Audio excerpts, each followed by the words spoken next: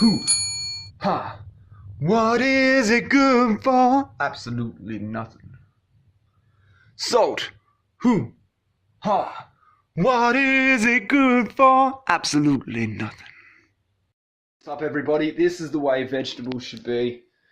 Nothing's going to waste here. If you ever get beetroot, try and get it in its whole form like this so you get all the greens as well. Because all these greens here, this massive amount of greens that are here, I'm trying to get a decent angle. Holy crap, I suck at filming.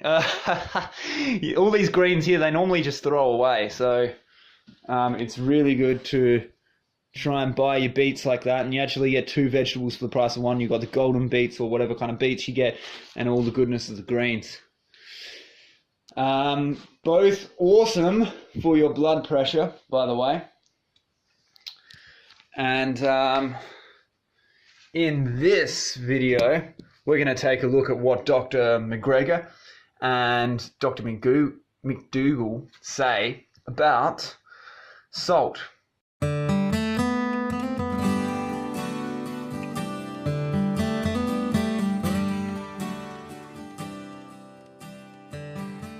Hello, I'm Dr. John McDougall. What I want to talk to you about is probably one of the most controversial subjects there is, and that's salt. Everybody, every dietitian, every doctor, almost every scientist, and of course every shopper knows that you should eat a low sodium diet. We're taught that if you just eat low sodium, everything will be fixed. You won't get high blood pressure, you won't get heart disease, you won't get strokes, etc. That's not true, and actually it's quite a harmful message.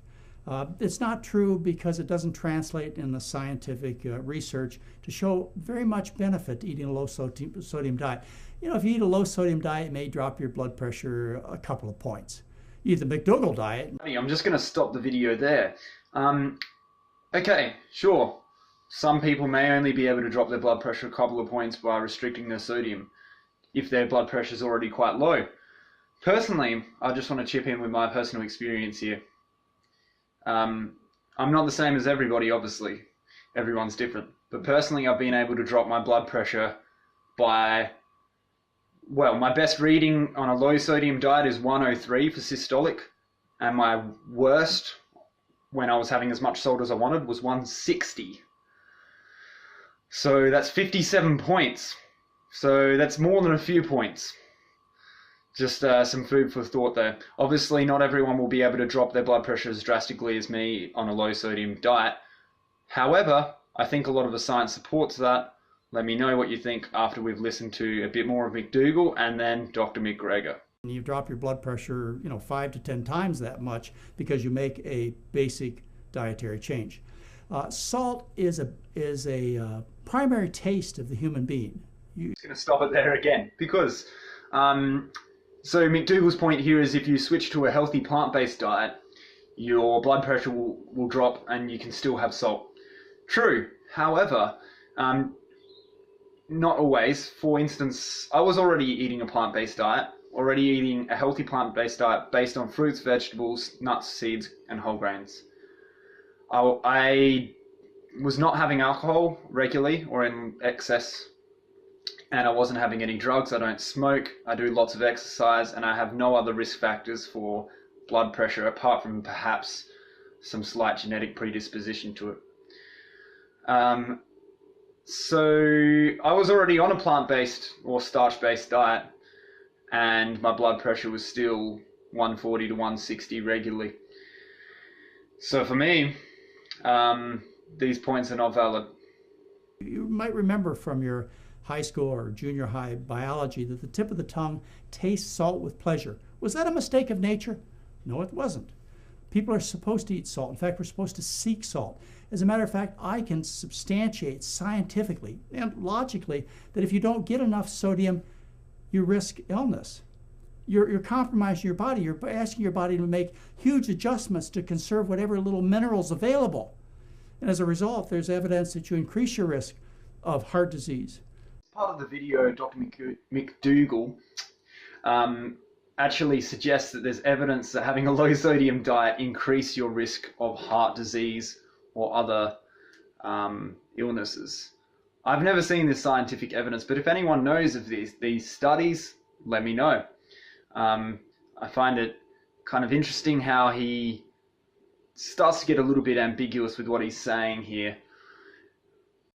Of course, in terms of us being natural salt seekers, anyone who is vegan, and hopefully a lot of people who aren't vegan as well, should know that what's natural isn't what is good. Of course, sometimes natural things are good, but violence is natural and that's not good. Animals rape each other in nature, definitely not good. Us wanting to eat sugar and fat is also natural, doesn't necessarily mean those things are good either. And death, from really good studies. And so eating a low-salt diet is not going to translate into better health for you. I'll tell you why a high-sodium diet or high-salt diet is dangerous. It's because of the company that salt keeps. Salt is mixed up with bad foods like salami and cheese, your lunch meats. That's where the salt comes from, and that's where the problem is. When you eat a high-salt diet, you're eating all of these dangerous foods. You like salt, I want you to enjoy your diet. Put a little salt on the surface of the food. You'll be happy as long as the food that you put that salt on is healthy food, starches, vegetables, and fruits. You'll lose weight, excess weight, and you'll regain the health you've lost. This is an important message, and I'll address it again for you. At this point, I'm just going to read a little bit from some actual peer-reviewed scientific literature from How Not to Diet on sodium. The two most prominent dietary risks for death and disability in the world may be not eating enough fruit and eating too much salt. Nearly 5 million people appear to die every year as a result of not eating enough fruit, while eating too much salt may kill up to 4 million. And we've got a link to a study there, which I'll post in the description box. Salt is a compound made up of 40% sodium and 60% chloride. Sodium is an essential nutrient, but vegetables and other natural plant foods provide all the small and necessary amounts of sodium you need in your diet. If you consume too much, it can cause water retention, and your body may respond by raising blood pressure.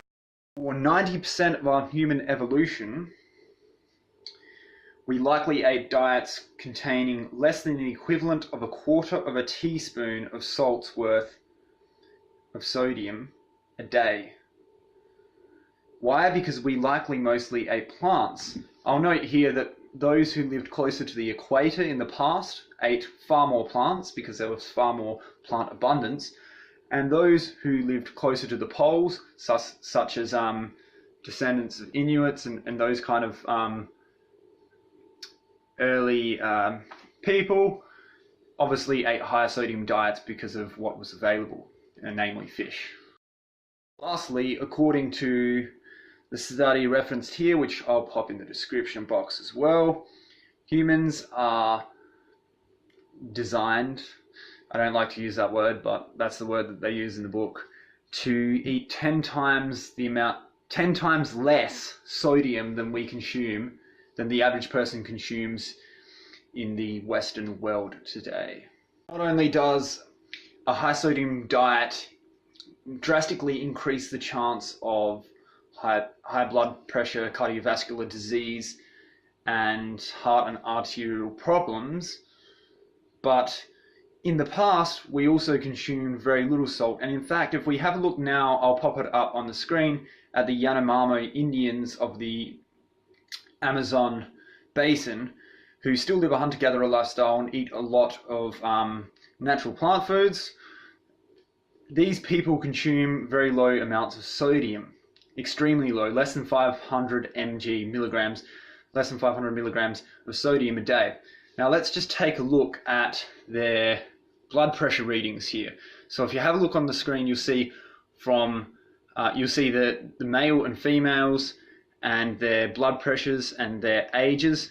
Systolic is the first number, diastolic is the second number, and you'll see that throughout their lifetime the blood pressures stay pretty close to 100/60 sort of range. We're born with blood pressures of 95/60, and really our blood pressure should stay pretty close to that and remain relatively unchanged throughout our life, to be in an optimal state of health.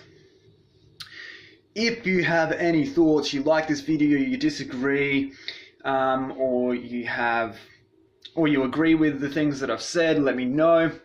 Let me know what you think, and take it easy, cut down on your salt, get in your greens and your beans and your flax seeds to reduce prostate cancer risk, to reduce your blood pressure. So I'm going to go get some low sodium lunch, low sodium vegan food.